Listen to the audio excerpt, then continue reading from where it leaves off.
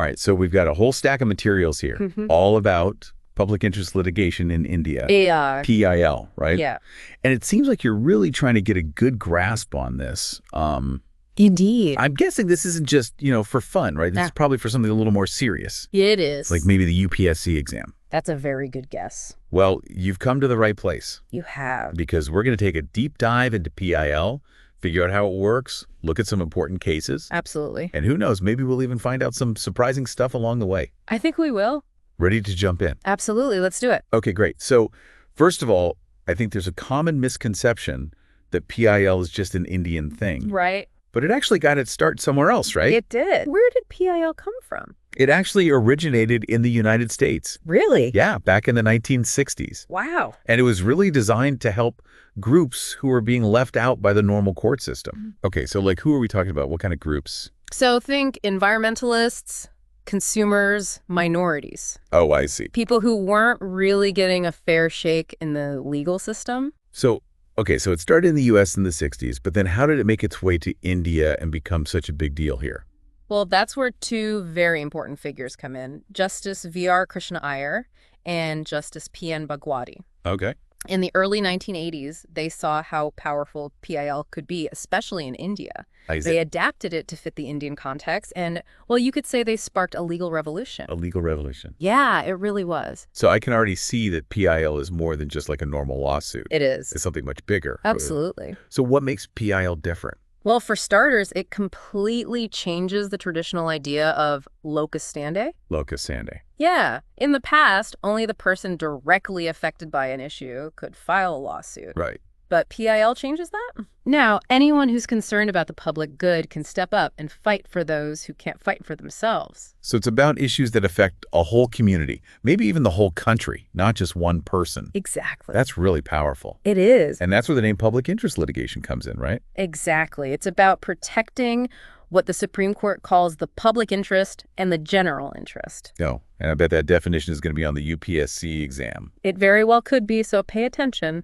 All right, UPSC aspirants, take note.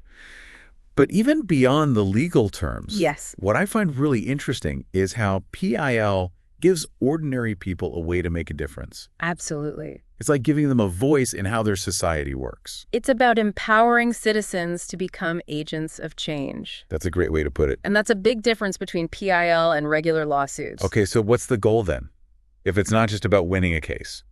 The goal is to do good for society as a whole.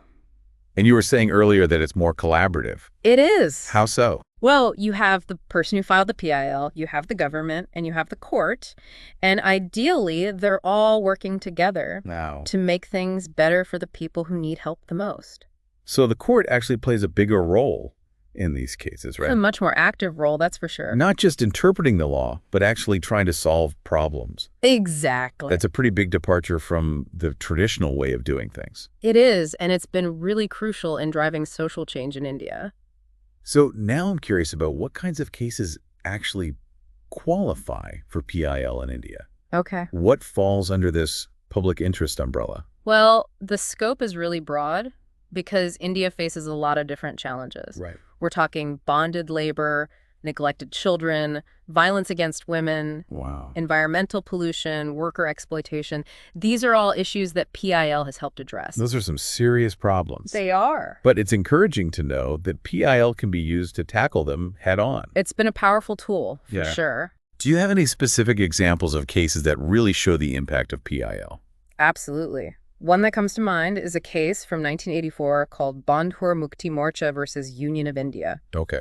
It dealt with the horrific conditions of bonded laborers in quarries. Oh. And the Supreme Court, they actually took the initiative themselves. Really? Without anyone even filing a formal complaint. That's amazing. It's called sua motu cognizance. Sua motu cognizance. Yeah, they appointed people to investigate, and then they ordered the government to free these workers and help them get back on their feet.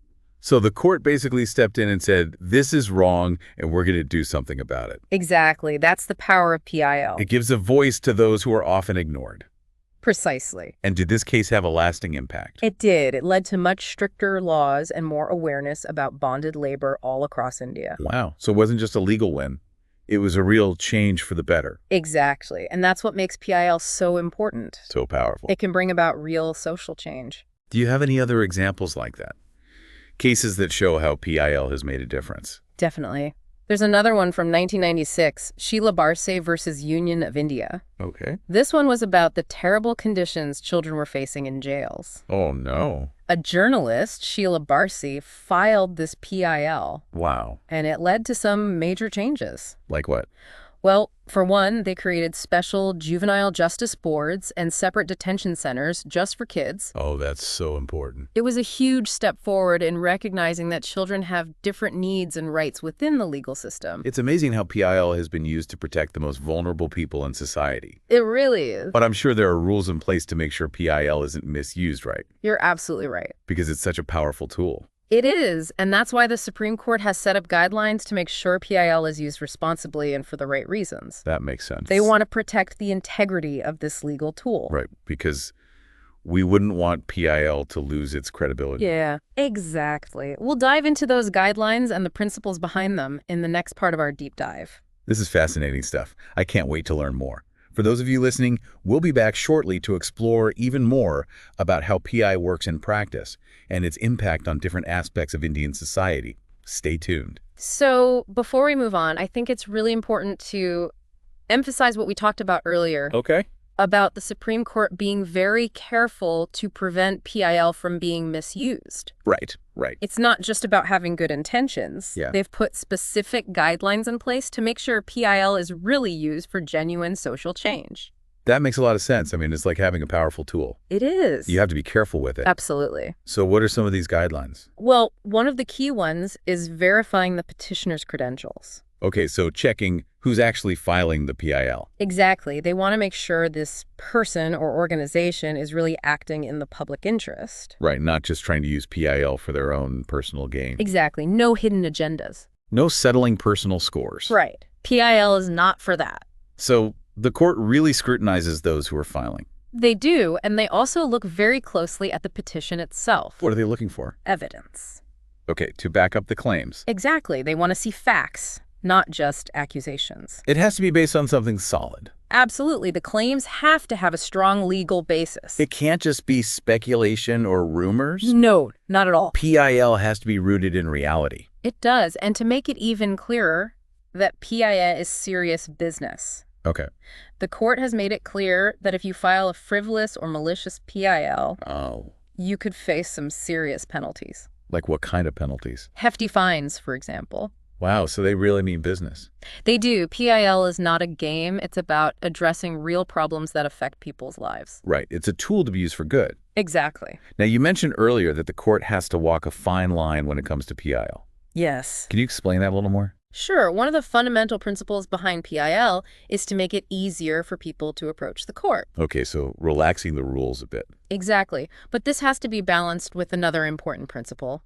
Judicial restraint. Okay, I see. So it's a balancing act. It is. Making the legal system more accessible. Right. Especially for those who might not have a lot of resources. Exactly. But at the same time, the court can't overstep its boundaries. Right. It can't just take over the role of the legislature or the executive branch. Exactly. The court's job is to interpret and uphold the law. Not to create new laws. Right. That's for the legislature. It's a delicate balance. It is. Ensuring that judicial activism doesn't turn into judicial overreach. Precisely.